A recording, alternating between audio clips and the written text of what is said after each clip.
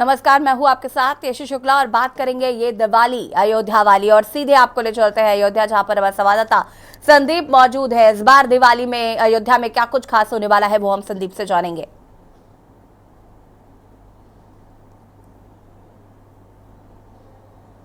देखिए यसी बिल्कुल कहा जा सकता है कि इस बार का दीप उत्सव काफी खास होने वाला है। वजह साफ है कि अयोध्या में राम जो है वो विराजमान हो चुके हैं और हमारे साथ में साधु संतों के साथ में जो टोली है ये यहाँ पर हम सरयू घाट पर इस समय मौजूद हैं और यहाँ की जो इस बार की जो स्थिति है वो हम बताएंगे कि इस बार अयोध्या किस तरीके से यहाँ पर जगमग हो चुकी है। क्योंकि जहाँ तक अभी तक अंदाजा लगाया जा रहा था कि इस बार 22 लाख दीप जलाए जाएंगे, लेकिन कहीं ना कहीं इस बार जो है 27-28 लाख के आसपास पहुंच जाएंगे। एक तरफ आप दीप जलाएंगे, दूसरे की तरफ देखा जाए तो किसी के दिल भी जल रहे हैं। सर जलना चाहिए, इसलिए जलना चाहिए, कहीं ना कहीं तो जलना चाहिए।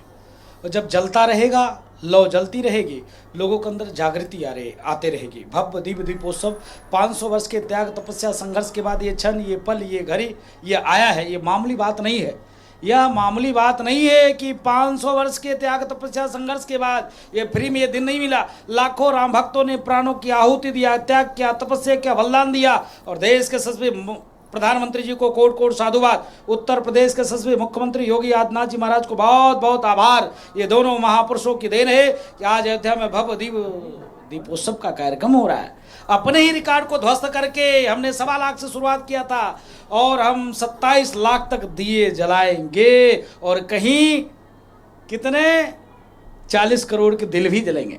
इसके नाते मैं निवेदन पूर्वक कहना चाहूँगा कि अगर बटोगे तो कटोगे। इसके नाते अयोध्या में जैसे भव्य दिव्य 38,000 करोड़ के बजट देकर सर्वांगी विकास अयोध्या का हो रहा है, ऐसे विकास चलता रहे और खूब ऐसे दीपोत्सव मनता रहे। अच्छा, दूसरी चीज अयोध्या पे कहने लगे, सांसद जी कह रहे हैं मुझे निमंत्रण नहीं भेजा गया है। नए नवेले जो सांसद बने अवधेश प्रताप सिंह, वो कह रहे हैं कि मुझे जो है निमंत्रण नहीं भेजा गया, हम नहीं आएंगे अयोध्या में। तो इसके आने ना आने से कोई फर्क प्रभाव पड़ता है? कौन बुला रहा है? राक्षसों को तो ऐसे भी नहीं बुलाना चाहिए भाई, कालनेमियों को तो बुलाना ही नहीं चाहिए। जो व्यक्ति यह कहे कि आप मेरी मानसिकता को जानते ही हो, जब उन्हीं के कार्यकर्ता पटका पहनाता हो जय श्री राम का, वो पत्रकार पूछता हो आपके जैसे कि आप धर्म नगरी अयोध्या से प्रभु श्री राम के जगह से सांसद बने हैं तो जय श्री राम तो एक बार बोल दीजिए। बोले आप तो मेरी मानसिकता जानते हो। क्या चादर चढ़ाने के लिए उनको निमंत्रण मिला था? मुंबई जाके चादर चढ़ा रहे हैं, अयोध्या आने में डर लगती है। तो इसके नाते ऐसे राक्षसों को नहीं आना चाहिए। और मैं तो निवेदन करूंगा, अगर वो दिखे, वो आवे तो लेकर गदा उनका पैर तोड़ देना चाहिए। लेकर गदा पैर तोड़ना सही रहेगा, जिस तरीके से राजू दास जी ने कह दिया है।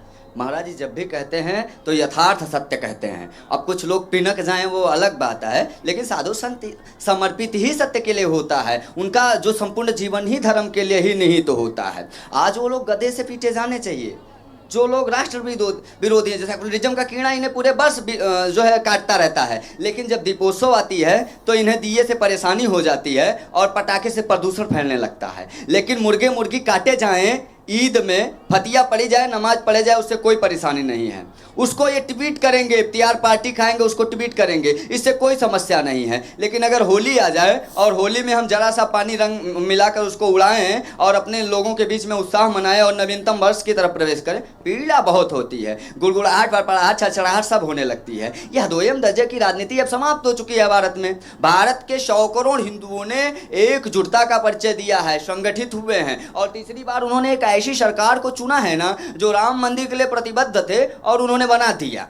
अब वो जो है ज्ञान वापी के लिए प्रतिबद्ध हैं, वो भी बना देंगे। लेकिन एक बड़ी बात, आप 1.25 करोड़ से चले थे, 1.25 लाख से चले थे और आज आप 27 लाख के आसपास पहुंच गए हैं। हाँ, ऐसे उन लोगों के मुंह पे तमाचा जो लोग कह रहे थे कि भारतीय जनता पार्टी हार गई, कि तो धर्म की राजनीति खत्म, समाप्त। अब कोई कार्य नहीं होगा अयोध्या में, क्योंकि ये अयोध्या को उपेक्षित रखे थे। अयोध्या को तुष्टिकरण, ध्रुवीकरण का शिकार किया था इन्होंने, अयोध्या को नोच खाया था इन्होंने। ये अयोध्या में ना बालू स्मगलिंग करवाते थे। ये जिस सरयू घाट में खड़े हैं ना, इसकी बालू छान लिया करते थे। यहाँ आज अगर घड़ियाल निकलता है ना तो ये कहते हो देखो घड़ियाल निकल गया, अयोध्या में शासन प्रशासन की व्यवस्था ध्वस्त हो गई। लेकिन ये पूरी बालू के सहित घड़ियाल को भी लेके चले जाते थे। सोचिए, इनसे जो है अयोध्या की मछलियां भी सुरक्षित नहीं थी। पीड़ा है साहब इनको कि आखिर 30 लाख दिए जल कैसे रहे हैं, इनके दिल जल रहे हैं। यहाँ से अग्नि जो है इनके दिल को खाए जा रहे, इनके फेफड़े, गुर्दे, लीवर, किडनी सब खराब हो जाएंगे। ये जब दिए जलेंगे, यहाँ की आवाज़, यहाँ की गूंज, जय जय श्री राम के नारे जब इनके कान के पास जाएंगे ना, तो ऐसा लगता है कि इनके कान के पर्दे फट जाएंगे साहब। आप देखिए ना, अगर 2-3 दिन में माननीय सांसद जी मुझे नहीं दिखाई देते हैं,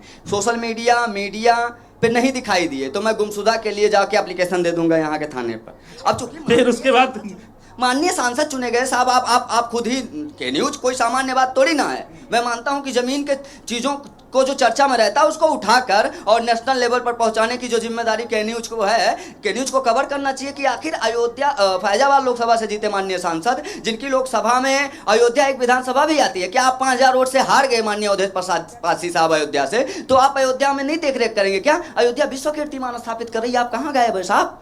फतिया पढ़ने चले गए। मिल्कीपुरी सीट के चुनाव नहीं हो पा रहा है, कोर्ट में फंसा हुआ। उसमें अवधेश पासी साहब जिम्मेदार हैं। जब गोरखनाथ गए वहां से जो उन्होंने याचिका दायर की थी उसको वापस लेने के लिए, तो इन्होंने 11 वकील खड़े कर दिए।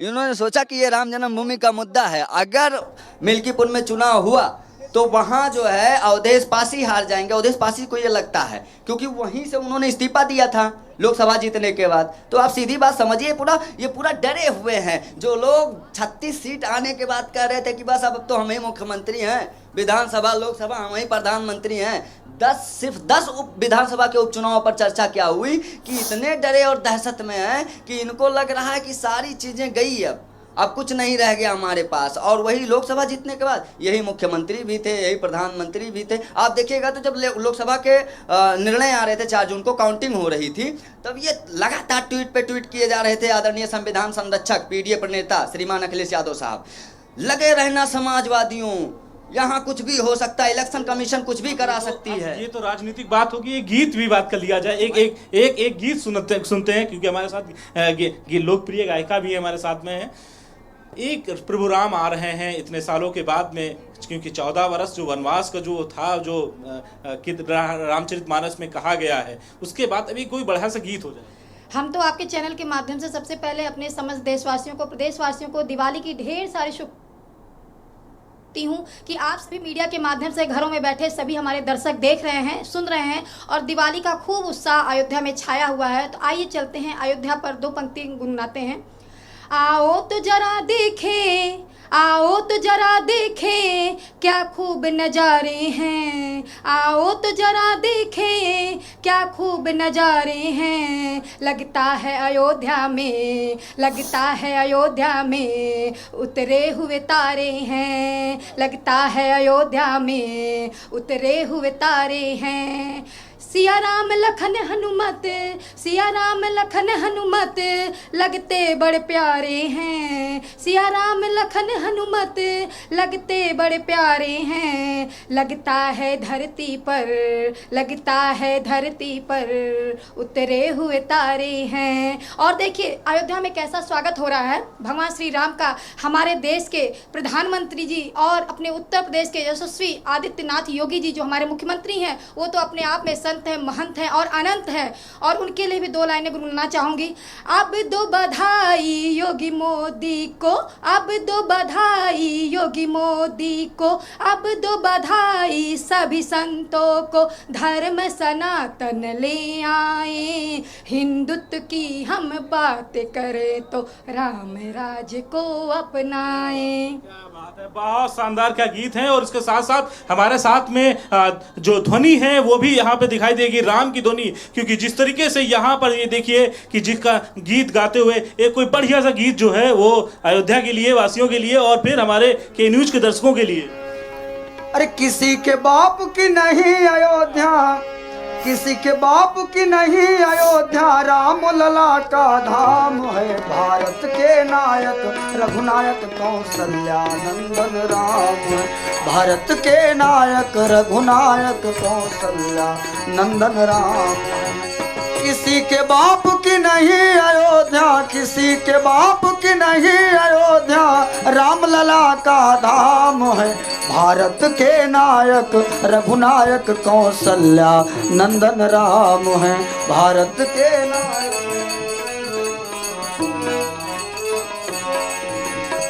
है अयोध्या राम है अयोध्या राम जी की राम का मान करे भाते वो अयोध्या से प्रस्थान करें जिनको राम नहीं भाते वो और जिनको राम जी का नाम नहीं भाता है वो पाकिस्तान का टिकट योगी जी फ्री में देने वाले हैं। तो वहां गए, महाराष्ट्र जा चुके हैं भाई वो। अरे है अयोध्या राम जी की राम का सम्मान करें है अयोध्या राम जी की अरे जिनको राम नहीं भाते वो अयोध्या से प्रस्थान करें जिनको राम नहीं धर्म पे नजर उठी तो अगर धर्म पे नजर उठी तो हो न महासंग्राम है हे नायक रघुनायक कौशल्या नंदन राम है भारत के नायक रघुनायक कौशल्या नंदन राम। जिसको राम नहीं भाते, जिस गाना गीत गाया बहुत प्यारा लगा मुझे, कहीं जिसको राम नहीं भाते वो पाकिस्तान जाए। निश्चित रूप से जो राम का नहीं वो किसी काम का नहीं, जो राम के अस्तित्व पे सवाल खड़ा करता है, राम को काल्पनिक कहता है, राम सेतु को काल्पनिक कहता था जहाँ राम मंदिर भव्य दिव्य ऐतिहासिक बना है, कहता था यहाँ शौचालय बनवा देंगे, यहाँ हॉस्पिटल बना देंगे। उनसे मैं कहना चाहता हूँ कि उन्हें अयोध्या में नहीं पूरे भारत में रहने का अधिकार नहीं, उसे पाकिस्तान में, बांग्लादेश में, अफगानिस्तान में, अमेरिका में चला जाना चाहिए। उसे अयोध्या में, भारत में, हिंदुस्तान में रहने का ही उसे अधिकार ही नहीं है। देखिए निश्चित रूप से कुछ ऐसे दूषित मानसिकता के व्यक्ति हैं जो समाज को तोड़ने का काम करते हैं, समाज को अलगाववाद, देश को बांटने का, देश को छांटने का, देश को तोड़ने का जो षड्यंत्र कर रहे हैं। अब संपूर्ण सनातनी एक झूठ का परिचय देगा, एकत्रित होकर के इसका प्रतिकार करेगा, इसका जवाब देगा कि ऐसे तुष्टीकरण के, ध्रुवीकरण के, घिनौनी कुकृत राजनीति करने वाले का धरातल समाप्त हो चुका। आप देख रहे हैं कि जिस प्रकार से संपूर्ण हिंदू सनातनी का एकजुटता, यही कारण है कि आज देश के यशस्वी प्रधानमंत्री तीसरी बार सबसे बड़ा देश के जो है प्रधानमंत्री बने हैं। तो संपूर्ण हिंदू सनातनी साधु संतों का ही एकजुटता का परिचय है। उत्तर प्रदेश के यशस्वी मुख्यमंत्री श्री योगी आदित्यनाथ जी ने जिस प्रकार से अयोध्या को सजाया है, संवारा है, अकल्पनीय, अविस्मरणीय, जिस प्रकार से उन्होंने सनातन को मजबूत करने का काम किया, अयोध्या में भव्य दिव्य और विश्व के ऐतिहासिक राष्ट्र के सर्वोच्च मंदिर बनाने का काम किया। यह राष्ट्र का मंदिर है, राम मंदिर राष्ट्र का मंदिर है। राम का मतलब होता है राष्ट्र का जो मंगल करे। रमन्ते योगिनो नन्ते सत्यानंदे चिरात्मनि एते राम पदे नासो प्रब्रह्मा विधीयते। ऐसे प्रब्रह्म परमात्मा के लिए जब एक बात समझिए, आज पूरे देश की निगाहें जो हैं अयोध्या पे हैं, और लेकिन इन सब की निगाहें कहीं और हैं। देखिए संपूर्ण देश का नजर अयोध्या पे है, पूरे विश्व का नजर अयोध्या पे है, पूरे विश्व का रास्ता तय करने के लिए अयोध्या उन्मुख हो चुका है। ये कुछ जो घिनौनी कुकृत्य करने वाले जो है, तुष्टीकरण ध्रुवीकरण की जो राजनीति करने वाले, ये जनमांध हैं, ये अंधे हैं। जैसे उल्लू को दिन में नहीं दिखाई पड़ता है, उसी प्रकार अयोध्या की भव्यता, अयोध्या की दिव्यता, अयोध्या की आध्यात्मिकता, अयोध्या की पौराणिकता, अयोध्या का विकास का परचम इन्हें दिखाई नहीं देगा, क्योंकि इन्हें दिन में नहीं दिखाई पड़ता है उल्लू को। उसी प्रकार ऐसे ये दूषित मानसिकता के व्यक्ति ये उल्लू के तरह हैं, ये अंधे के तरह हैं, ये बहरे के तरह हैं। अयोध्या की शोभा, अयोध्या की गुंजायमान संगीत इन्हें कान में सुनाई नहीं पड़ेगा, क्योंकि ये बहरे हैं, ये अंधे हैं। ये राम भक्तों के हृदय को विदीर्ण करने वाले हैं, अयोध्या को रक्त रंजित करने वाले हैं, अयोध्या के सरयुग धारा के हिंदू सनातनियों, राम भक्तों, कार सेवकों के रक्त से प्रवाह करने वाले हैं। ऐसे दूषित मानसिकता के व्यक्ति को अयोध्या की भव्यता,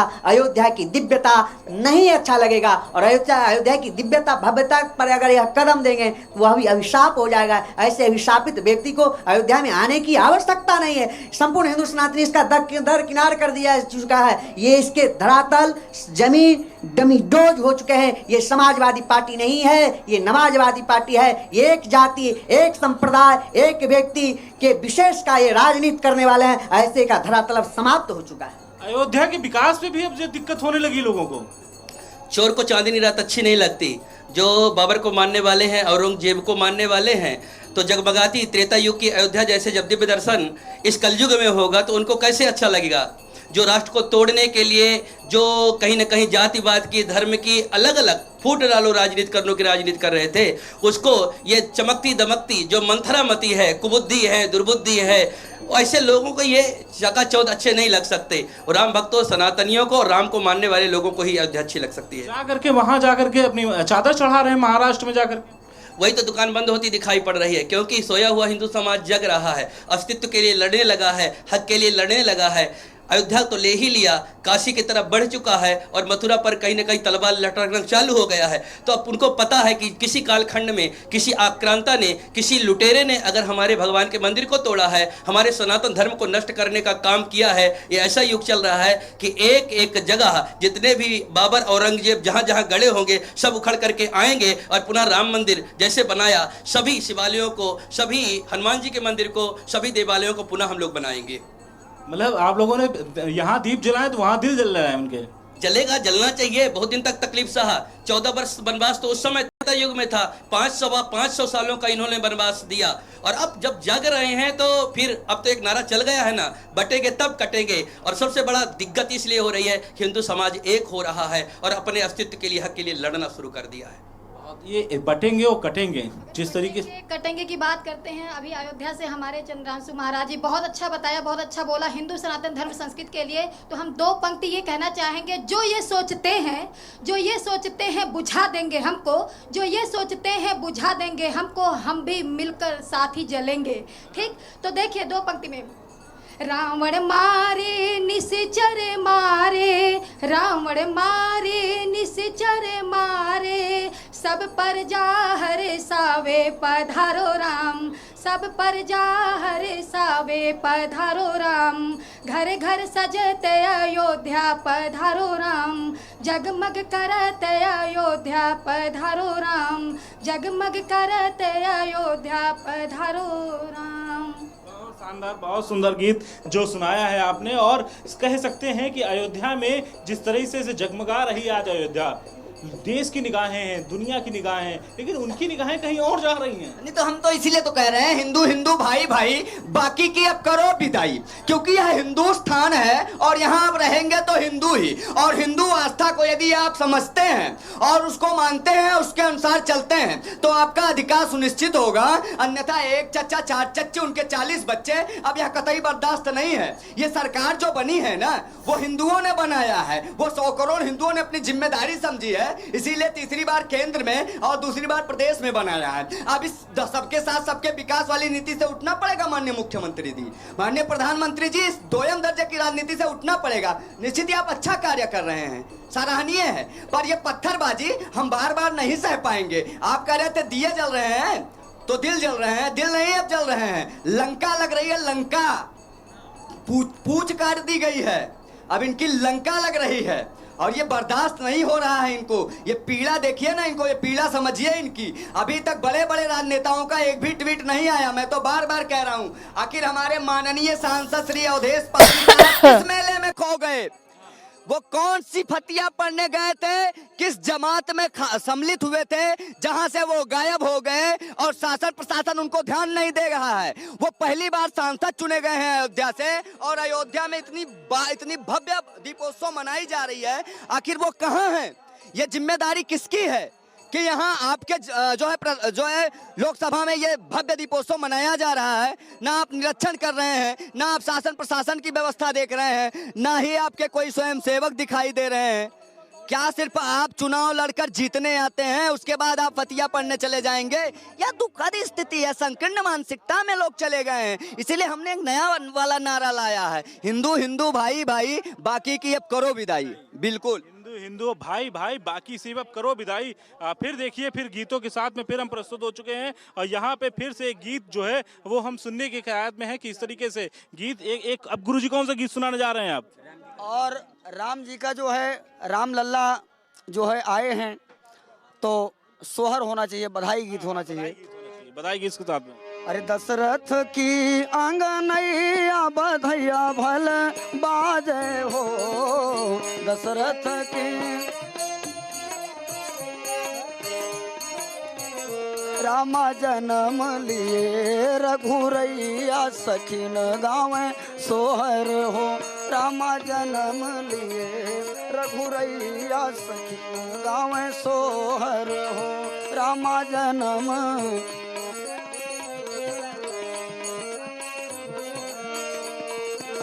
चैत के सुंदर महीनावा सुमंगल दिनवा हो। चैत के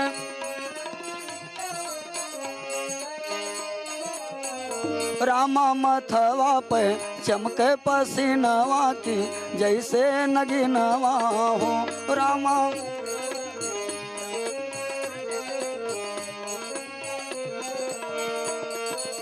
सरजू के उठत लहरी आयर दिन दोपहरी आयर दिन दोपहरिया हो। सरजू के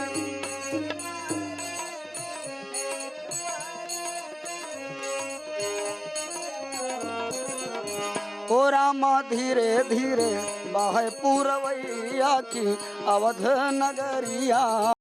ओ रामा धीरे धीरे बाहे पूरवैया की एक बांटेंगे तो बांटेंगे तो काटेंगे, एक रहेंगे तो नेक रहेंगे। हाँ, बटेंगे तो कटेंगे और एक रहेंगे तो नेक रहेंगे। और जो लोग हमारे हिंदू धर्म को, सनातन धर्म को जातियों में बांट रहे हैं, आप मुस्लिम धर्म को क्यों नहीं बांटते हैं? उसमें क्या जातियां नहीं हैं? कुरैशी हैं, खान हैं, अनेक प्रकार की जातियां, आप लोग क्यों नहीं बांटते हैं?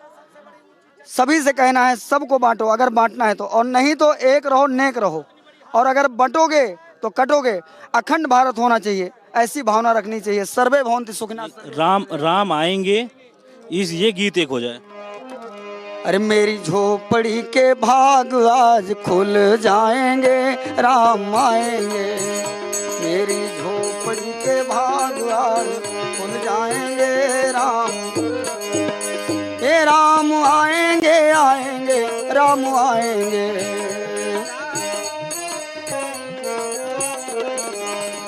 मेरी झोपड़ी के भाग आज खुल जाएंगे, राम आएंगे।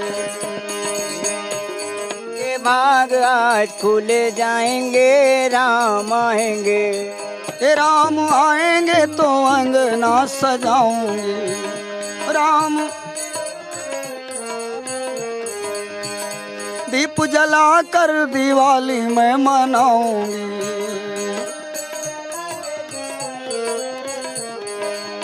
और मेरे जन्मों के पाप सब धुल जाएंगे, राम आएंगे। मेरे जन्मों के पाप सब धुल जाएंगे, राम आएंगे। मेरी झोपड़ी के भाग आज खुल जाएंगे, राम आएंगे। तो ये मेरे झोपड़ी के भाग खुल जाएंगे जब राम आएंगे। तो जिस तरीके से गीत की प्रस्तुति हुई है, और अब जो है अयोध्या में जिस तरीके से राम दीप उत्सव की तैयारियां जो है वो हो रही हैं, और जिस तरीके से यहाँ पर अयोध्या के वासियों की अगर बात करें तो लगभग जो है सभी जो है एक तरफ से खुश हैं, और क्योंकि दीप उत्सव की तैयारियां जोरों शोरों से चल रही थी और अब जो है अंतिम रूप जो है लगभग दिया जा चुका है। ऐसे में राम आएंगे और इस झांकी को लेकर के अब के न्यूज़ जो है लगातार इसकी भारी कवरेज कर रहा है और लगातार दिखा रहा है कि किस तरह से यहाँ पर अयोध्या में किस तरीके से इस बार दीप उत्सव जो है वो मनाया जा रहा है। जी संदीप, देख रहे हैं हम किस तरीके से अयोध्या में उत्साह दीपावली के दिन साफ तौर पर नजर आ रहा है। लोग कितना उत्साहित है, साधु संत कितने खुश नजर आ रहे हैं। जो एक 500 वर्ष का वनवास जो कहा जा रहा था वो आज कहीं ना कहीं खत्म होने वाला है, इंतजार खत्म होने वाला है। कल दीपोत्सव होगा और एक और नया रिकॉर्ड जो है वो अयोध्या में बनेगा। आगे आपसे बातचीत करेंगे, बने रहिएगा हमारे साथ। और बात कर रहे हैं ये दिवाली अयोध्या वाली 50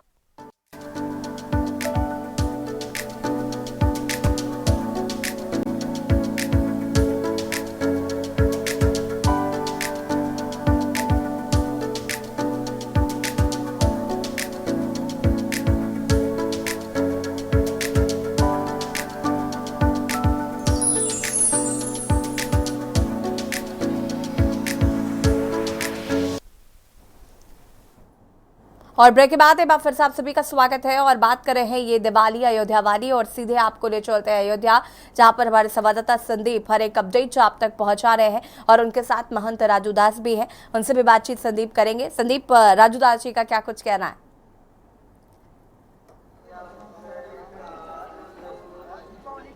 देखिए, अयोध्या में और राजू दास जी अगर कुछ अपने शब्दों में कुछ ना बयां करें तो अयोध्या में दीपावली हमेशा फीकी रहती है। मैं गलत नहीं हूं? मैं आपसे इस बार अयोध्या में जिस तरीके से दीप उत्सव का आयोजन किया गया है, भव्यता देश दुनिया देख रही है, लेकिन उनकी निगाहें कहीं और देख रही हैं। जाकी रही भावना जैसी प्रभु मूर्त देखी तीन तैसी। उनका भाव समाज में नहीं है, उनका भाव संस्कृति में नहीं है, उनका भाव मानवता में नहीं है, उनका भाव आस्था में नहीं है, उनका भाव विश्वास में नहीं है, उनका भाव व्यभिचार में है, उनका भाव कुकर्म में है, उनका भाव राष्ट्र विरोध में, उनका भाव सनातन को मिटाने में है, उनका भाव संस्कृति को खत्म करने में है। इसके नाते वो वहीं जाएंगे जहां उनके कुल के, उनके खानदान के, उनके वंश के लोग मिलेंगे। हमारे साथ क्यों आएंगे? हम राम की बात करेंगे, रामत की बात करेंगे, हिंदू की बात करेंगे, हिंदुत्व की बात करेंगे, राष्ट्र की बात करेंगे और हम सबका साथ, सबका विकास, सबके विश्वास की बात करेंगे। धर्म की जय हो, अधर्म का नाश हो, प्राणियों में सद्भाव हो, विश्व का कल्याण हो। हम इस भाव से चलते हैं। वो वहाँ जाते हैं जहाँ कहा जाता है काफिर, बुत पूजक काफिर होते हैं, इनके गले काटने से 72 हुरे और जन्नत मिलते हैं। उनका भाव वहाँ मिलता है, इसलिए वो वहाँ जाते हैं। इसके नाते मैं मंगल कामना करता हूँ। अयोध्या में भव्य दीपोत्सव का कार्यक्रम कल है और 31 तारीख को भव्य दीपावली है और मैं निवेदन करता हूँ कि इस बार पारब्रह्म परमात्मा भगवान श्री राम भव्य मंदिर में पधारे हैं। ये आपको मनन करना पड़ेगा, चिंतन करना पड़ेगा, याद करना पड़ेगा। फ्री में राम मंदिर का निर्माण नहीं हो रहा है। आप देख सकते हैं कि अगर एक हाथ में माला है, राम नाम का जाप करते हैं, तो एक हाथ में विधर्मियों को विनाश करने के लिए गदा भी हाथ में है कि सनातन विरोधी का विनष्ट कैसे किया जाए। तो इसके नाते मैं करबद्ध प्रार्थना और करबद्ध निवेदन करता हूँ, सनातनी प्यारे भाइयों, जग जाओ। वो अयोध्या की सर्वांगी विकास 38,000 करोड़ का बजट देकर अयोध्या का क्या सड़कें, क्या नालियाँ, क्या पुलें, क्या नुक्कड़, क्या चौराहे, क्या नदियाँ, क्या तालाबें, क्या कुंडे, क्या राम के पैरी, क्या रेलवे स्टेशन, क्या बस अड्डा, क्या एयरपोर्ट। बन अयोध्या की बात हो गई, अयोध्या सच के तैयार हो चुकी। काशी मथुरा की अगर बात कर ले, वहाँ पे भी उनको समस्याएं उत्पन्न होती हैं। जब भी कोई ऐसा काम होता है सार्वजनिक मंच पे, जब हिंदुत्व की भावनाओं के साथ में एक आते हैं, तब दिक्कत होती है। नहीं, देखिए, इसीलिए मैं पूछना चाहता हूँ कि सेकुलरिज्म का कैसा पैमाना कि टोपी पहनकर नमाज आप पढ़ सकते हो, लेकिन आपको राम मंदिर के निर्माण में निमंत्रण आने पर आप नहीं आ सकते हो। आप भगवान राम को काल्पनिक कहने की इतनी हिम्मत आपकी है, लेकिन आपकी हिम्मत नहीं है कि यह कहना कि ऐसे भी त्यौहार मनाए जाते हैं जहां लाखों लोगों, लाखों जीवों, लाखों पशु पक्षियों की बलि दी जाती है। उस पर आपकी टीका टिप्पणी नहीं हो सकती। आप भूल से भी भगवान श्री कृष्ण की जन्मभूमि जाकर उनसे प्रार्थना नहीं कर सकते हो कि आप मेरे पूर्वज रहे हैं और भव्य मंदिर का निर्माण करेंगे। हम उन मुल्ले, उन मौलवी, उन मदरसा से तोड़ने वाले लोगों को समझाएं कि पारब्रह्म परमात्मा भगवान श्री कृष्ण की जन्मभूमि है, इसका भी भव्य निर्माण होना चाहिए। उस पर आप नहीं बोल सकते हो। आप पारब्रह्म परमात्मा भगवान श्री राम की भव्य मंदिर काशी विश्वनाथ, उस पर आप टीका और टिप्पणी खूब करते हो। वो आप कभी कतई नहीं कह सकते हो कि मंदिर का निर्माण हो। जिस प्रकार से देश और महत्वपूर्ण बात गुरुजी ये एक है कि हम लोग 1.25 करोड़ से 1.25 लाख से चले थे दीप जलाते हुए। 1.25 लाख दीप जला कभी एक समय प्रज्वलित कर रहे थे। आज हम लोग 27 लाख के आसपास पहुंच गए हैं। तो ये एक बड़ा संकल्प है हम लोगों का, जिस तरीके से हम लोग ने लगातार मेहनत की है। नहीं, देखिए, मैं आभार व्यक्त करता हूँ पूज्य योगी आदित्यनाथ जी महाराज का। संभव नहीं था, इसलिए संभव नहीं था क्योंकि शासन, प्रशासन, प्रशासनिक मिशनरी लगातार प्रयास करके अयोध्या को सजाने, अयोध्या को संवारने, अयोध्या के उत्थान के लिए, अयोध्या के विकास के लिए पूज्य योगी जी ने पूरी प्रयास किया, जिसका परिणाम स्वरूप है कि हमने 1.25 लाख से शुरुआत किया और आज 26 से 27 से 28 लाख दिए जलाकर और विश्व मंगल की हम कामना करेंगे। ये मामूली बात नहीं है। यह देश में मोदी जी प्रधानमंत्री हैं तभी संभव है, यह प्रदेश में यशस्वी मुख्यमंत्री योगी आदित्यनाथ जी महाराज हैं तभी संभव है, नहीं तो ये संभव कभी कतई नहीं होता। क्योंकि आपने देखा होगा यहाँ के जो वर्तमान के सांसद हैं, आपने उनके बारे में टिप्पणी किया, वो क्या कहते हैं, जैसे हमारी बेटी की शादी है, मैं बुलाऊं तभी वो आएंगे, कहते कि मैं वहाँ नहीं जाने वाला हूँ, चादर फादर के पास। उन्हें तो आना चाहिए, कम से कम यहाँ के सांसद हैं। नहीं, आना भी नहीं चाहिए। ऐसे राक्षसों को धार्मिक कार्यक्रम में नहीं आना चाहिए। ऐसे कालेमियों को सनातन के जो कार्यक्रम चला उसमें नहीं होना चाहिए, जिससे वातावरण दूषित होता है। इसके नाते उनको आना भी नहीं चाहिए। अच्छा, एक महत्वपूर्ण चीज़ है, वो कह रहे हैं कि मुझे निमंत्रण नहीं भेजा गया है, आप कह रहे हैं कि ऐसे कालनेमियों को आना नहीं चाहिए, तो अयोध्या में ही उन्हें चुना है ना, कोई बाहर तो चुना नहीं है। सनातन संस्कृति में हिंदू और हिंदुत्व के कार्यक्रम में अगर निमंत्रण उनको दिया जाता है जो राक्षस होते हैं, उनके लिए मंत्र और स्तुति विनती किया जाता है कि कहीं वो ना आ जाएं, तो मेरे कहने का मतलब है कि वो आए, कोई रोकेगा थोड़े ना। अच्छा, एक महत्वपूर्ण सवाल है, मिल्कीपुर भी विधानसभा सीट इस बार चुनाव नहीं हो पा रहा है, इसका क्या कारण हो सकता है? आप अयोध्या वासी बेहतर बता सकते हैं। मिल्कीपुर में जो पूर्व विधायक गोरखनाथ बाबा जी ने वहाँ पर एक कोर्ट गए, याचिका किया था कि ये जिस प्रकार से अवधेश प्रसाद चुनाव जीते हैं वो असंवैधानिक तरीके से चुनाव जीते हैं, इसके नाते यहाँ पुनः चुनाव कराए जाए। उनको बेचारे क्या पता था कि यह लोकसभा ये चुनाव जीत जाएंगे, फिर यहाँ चुनाव वैसे भी कराना है, नहीं तो याचिका करते ही नहीं। इसके नाते उन्होंने अपने याचिका को वापस लेने की जो प्रयास किया, लेकिन जब उन्होंने अपने याचिका वापस लेने का प्रयास भी किया, लेकिन समाजवादी पार्टी, जो लोग नहीं चाहते कि वहाँ चुनाव बीजेपी जीते, वो जाकर पुनः वकील खड़े कर दिए कि हमको भी सुना जाए। इसके नाते मुझको लगता है ये चुनाव रुका है और आने वाले दिनों में वहाँ चुनाव 25 में होगा, आने वाले दिनों में वहाँ चुनाव होगा और बीजेपी वहाँ चुनाव जीतेगी। बिल्कुल सर, बहुत बहुत धन्यवाद हमसे बातचीत करने के लिए। हमारे साथ में और गुरुजी हैं। गुरुजी, बहुत देर से आप एक गीत गाना चाह रहे थे, थोड़ा सा गुनगुना दीजिए। शरयू सलिला पुण्य अयोध्या हो, सरयू सलिला पुण्य अयोध्या, राम लिए अवतार, चलो चलो अयोध्या धाम, विराजे राम लला सरकार, चलो चलो अयोध्या धाम, विराजे राम लला सरकार। अयोध्या के इस दीपोत्सव से पूरा देश जुड़े, पूरा विश्व मानव मात्र जुड़े, बिना मत मजहब पंथ समुदाय को देखते हुए, जो मानव जिनके अंदर मानवीय मूल्य जीवित हैं वो जुड़ें, क्योंकि भगवान राम श्रेष्ठ मानव के रूप में स्थापित हुए और सभी को एक पद पर चलने के लिए एक मार्ग प्रशस्त किया था भगवान राम ने। भगवान राम की तपस्या देख लीजिए, त्याग देख लीजिए, भगवान राम का वैराग्य देख लीजिए, भगवान राम के वरदानियों को आप स्मरण रखिए। आप सोचिएगा, विचार करिएगा कि जिन राजा रामचंद्र को सुबह में राज्याभिषेक मिलने वाला था, तत्क्षण में किसी मंथरा के परिवेश में आकर कुबुद्धि के वशीभूत हो माँ कैकेयी ने उन्हें वनवास दे दिया, और भगवान राम तनिक भी नहीं विचार किए और अपने माँ और पिता के विचारों को सिरोधार्य किया, उनके आदर्शों को सिरोधार्य किया। लेकिन महत्वपूर्ण बात यह है कि उनको राम नाम से ही दिक्कत है। भाई आप समझिए कि जब यहाँ प्राण प्रतिष्ठा हो रही थी उस समय आना चाहिए था, उसमें कोई नहीं आया। देखिए, विभीषण ने भरे सभा में प्रभु श्री राम का वर्णन किया, उनके यश कीर्ति को गाया, तो रावण ने लात मारकर उन्हें भगा दिया। उसके बाद क्या हुआ? उसके समूल परिवार के साथ वह समाप्त हो गया। यानी कि जो राक्षस प्रवृत्ति का व्यक्ति है, माँ नहीं मातु पिता नहीं देवा, साधु न सन कर वावहि सेवा, जिनके यह आचरण भवानी ते जानहु निश्चर संप्राणी। आखिर आज राक्षस कौन है? क्या उसके बड़े बड़े दांत होंगे, कई सारे चेहरे होंगे? नहीं, जो जिनकी प्रवृत्ति है अपने माता पिता को ना मानने वाला है, अपने देवों को, भगवान राम, भगवान श्री कृष्ण, शिव को ना मानने वाला हो, अपने राष्ट्र के प्रति प्रेम समाप्त हो गया हो, माता पिता का कद्र नहीं कर पाता, उनके सम्मान नहीं कर पाता हो, ये लोग राक्षस हैं। इनको इसी तरीके से इनकी पहचान की जा सकती है। ऐसे लोग समाज से बहिष्कृत किए जाने चाहिए, समाज से निकाले जाने चाहिए। लेकिन देश का दुर्भाग्य है कि यही लोग सत्ताधीश बने बैठे थे और इसीलिए तो भारत कुरीतियों का शिकार हो गया था। लेकिन नहीं, योगी जी ने तो कह दिया बटोगे तो कटोगे। बिल्कुल। अब एकजुटता का परिचय दीजिए। और यदि आप आज साथ हैं, क्योंकि संगठित हिंदू ही संघे शक्ति कलयुगे है।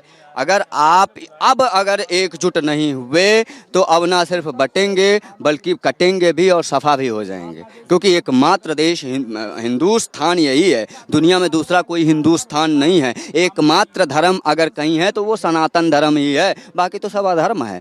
तो इसलिए सनातन धर्म को अपनाइए और इस अधर्म कुरीति के ऊपर उठिए, अनीति से ऊपर उठिए। भगवान राम के मर्यादा पुरुषोत्तम भगवान श्री राम के बताए हुए आदर्शों पर, उनके पद चिन्हों पर चलने का प्रयास करिए। कोशिश करिए कि हम ज़्यादा से ज़्यादा भगवान राम के तरीके से व्यवहार लोगों के बीच में कर पाएँ। और जो हमारे श्रेष्ठ होते हैं ना, उनका नकल किया जाना चाहिए, उनकी चापलूसी करनी चाहिए, उनका दासत्व भाव से कार्य करना चाहिए। आज हमारे मोदी जी, आज हमारे योगी जी अच्छा कार्य कर रहे हैं। आप देखिएगा पूरा देश कितना प्रेम करता है उनसे, कितना स्नेह करता है। प्रधानमंत्री जी निश्चित ही भगवान नहीं है, ना ही वो देवता हैं, देवदूत कह सकते हैं। लेकिन जब प्रधानमंत्री जी किसी रास्ते से निकलते हैं, किसी नगर से निकलते हैं, जब वो अयोध्या की गलियों से जाते हैं तो अयोध्या में लोग उनकी आरती करते हैं। आप सोचिए कि जिस अयोध्या में प्रभु श्री राम जी की मर्यादा बंधी हुई है, जो प्रभु श्री राम की नगरी है, जो देवताओं की नगरी है, जहाँ कोटि कोटि साधु संतों ने तपस्या की, ऋषि मुनि सती सावित्रियों ने यहाँ तपस्या की, उस तप की भूमि में प्रधानमंत्री नरेंद्र मोदी जी की उतार दी जाती है। कोई सामान्य व्यक्ति होगा क्या? निश्चित उसने एक बात बढ़िया होगी इस बार सरयू के तट पे जब सरयू आरती होगी शाम 7 बजे के अगर समय जो दिया गया है कल की डेट का, तो 1100 सूचक जो है आएंगे यहाँ आरती करने के लिए। बड़ी बात होगी इस बार। ये भी 2017 से ही यह प्रारंभ हुआ है सरयू आरती होना। वैकल्पिक रूप से होता था, लेकिन अस्थायी रूप से या सरकार के माध्यम से कोई सुविधा भी नहीं दी जाती थी, अपितु उसमें बाधा ही पहुंचाई जाती थी। और उसके बाद प्रथम बार ऐसा होगा कि 1100 साधु संत ब्राह्मणों के साथ यह दिव्य पतित पावनी सरयू सलीला की, वशिष्ठजा की, इनकी आरती की जाएगी। ये तो भगवान राम की भी माँ है, ये कौशल्या की भी माँ है, दशरथ की भी माँ है, और उनके पूरे वंशावली की माँ है ये सरयू, और सबको जानती हैं वो। और बताया जाता है कि गंगा से पहले इस धराधाम पर आई हैं ये। यानी कि आप सोचिएगा कि त्रिवेणी संगम भी यहाँ स्नान करके पवित्र होता है। ऐसी पवित्रजा पुण्यजा वशिष्ठजा हैं ये, और ये तो सब जानती हैं।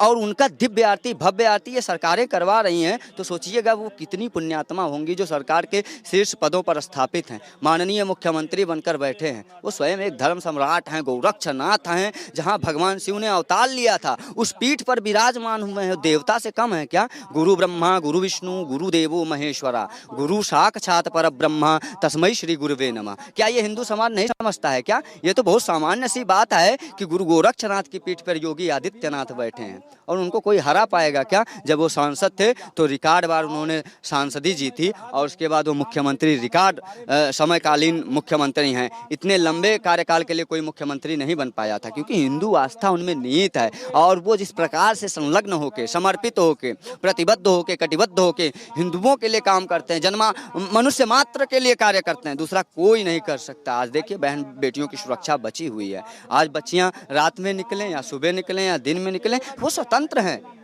वो उनकी स्वाधीनता के प्रति किसी भी दुष्ट आत्मा की कोई भी उंगली नहीं उठ सकती है। यदि उठती है तो अगले चौराहे पर ढेर हो जाएंगे, मुख्यमंत्री जी ने कहा है।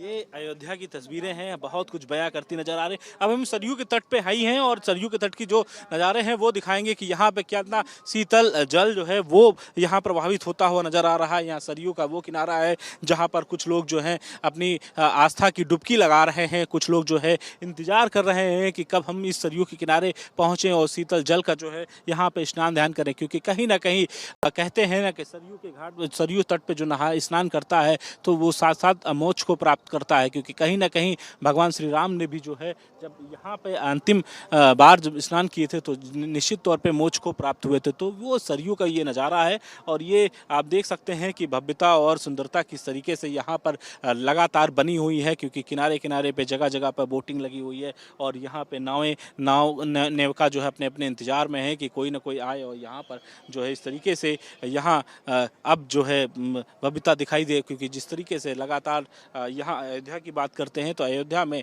दिन प्रतिदिन अब जो है लगातार जो है विकास की दरें बढ़ती चली जा रही हैं।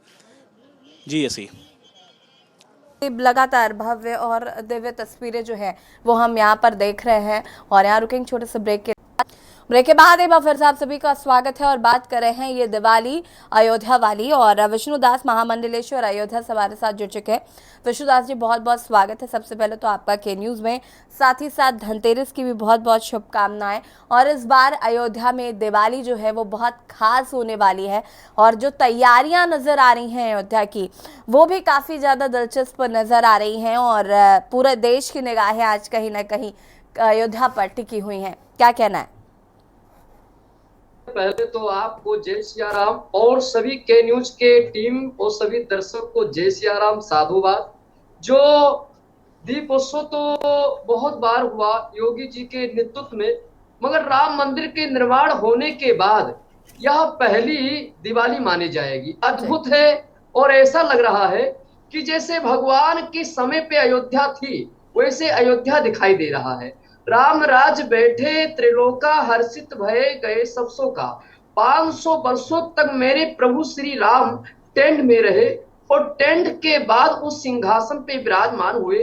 अयोध्या की पहली जब याद आती है तो आज भी हमारे साधु संतों की आंखों में आंसू देखने को मिलता है कि गलियां सड़कें एकदम अयोध्या ही वनवास दिखता था। आज अयोध्या ऐसा है कि आपके चैनल के टीम भी आ रहे हैं और सरयू के तट पे कवरेज कर रहे हैं और सरयू के विषय में बहुत सुंदर श्री रामचरित मानस में गोस्वामी तुलसीदास जी कहते हैं कि तरस परस मंजन रूपाना हरहि पाप कहा वेद पुराणा। ऐसा उल्लेख है कि सरयू के तट पे वास्तव में जो स्नान आचमन और दर्शन करने से तीनों जन्म के पाप समाप्त हो जाते हैं। और योगी आदित्यनाथ जी को साधुवाद देता हूं और ऐसा मुख्यमंत्री ना भूतो ना भविष्यति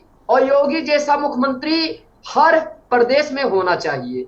योगी जी के नेतृत्व में जो अयोध्या में 25 लाख दीपों से घाटों में जगमग जगमग दिखाई देगा सरयू के तट पे। और हमेशा 1 लाख रहता था, 2 लाख रहता था। आसो राम मंदिर के बाद जो दिवाली ये है ये इतिहास के पन्नों में लिखा जाएगा।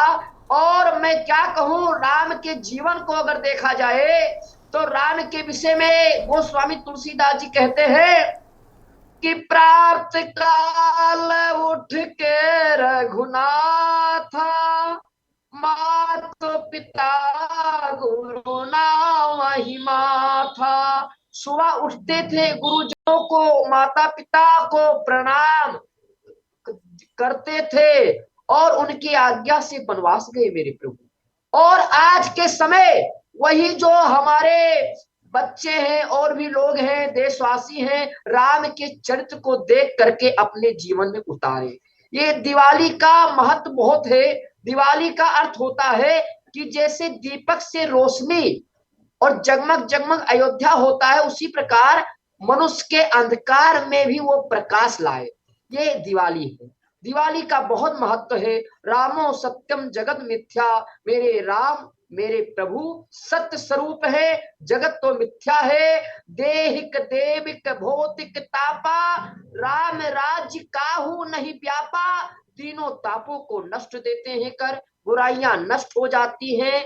और ऐसे जैसे प्रकाश दिवाली में है उसी प्रकाश हमारे लोगों के जीवन में आए। और जितने हमारे देशवासी हैं और उनसे भी कहना है कि आप लोग अयोध्या में आइए और दीपोत्सव का आनंद लीजिए, क्योंकि ये मेरे प्रभु राम की दिवाली है, ये मेरे राघव की दिवाली है। और ऐसा लग रहा है कि जैसे कौशल्या माता जी को लगता था ऐसे हमारे सभी साधु संतों को लग रहा है कि कौशल्या जब बोलन जाई, ठुमक ठुमक प्रभु चलही पराई। ऐसा लग रहा है कि आज अयोध्या की जो माताएं हैं वो भी अपने बालकों में राम देख रही हैं। और जैसे कौशल्या गोहराती है वैसे उनकी माताएं अपने बेटों को राम समझ के गोहराती है। ऐसा लग रहा है साधु संतों के विष्णुदास जी, बिल्कुल कहीं ना कहीं अयोध्या वासी जो है वो बहुत ज्यादा उत्साहित नजर आ रहे हैं इस दीपोत्सव को लेकर। जो तस्वीर